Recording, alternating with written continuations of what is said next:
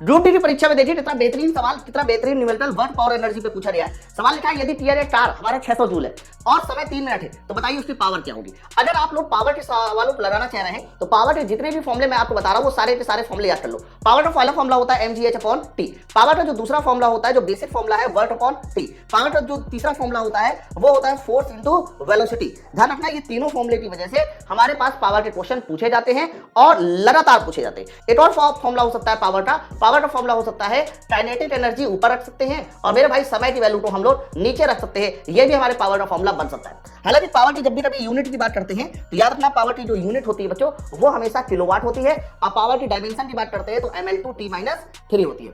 बच्चों ये जो पावर की किलोवाट यूनिट है ये हमारी एक SI यूनिट होती है, इस बात को याद रखेंगे। अब यहीं पर मैं आपको बता दूं ये जो किलोवाट आवर होता है ये पावर नहीं होता।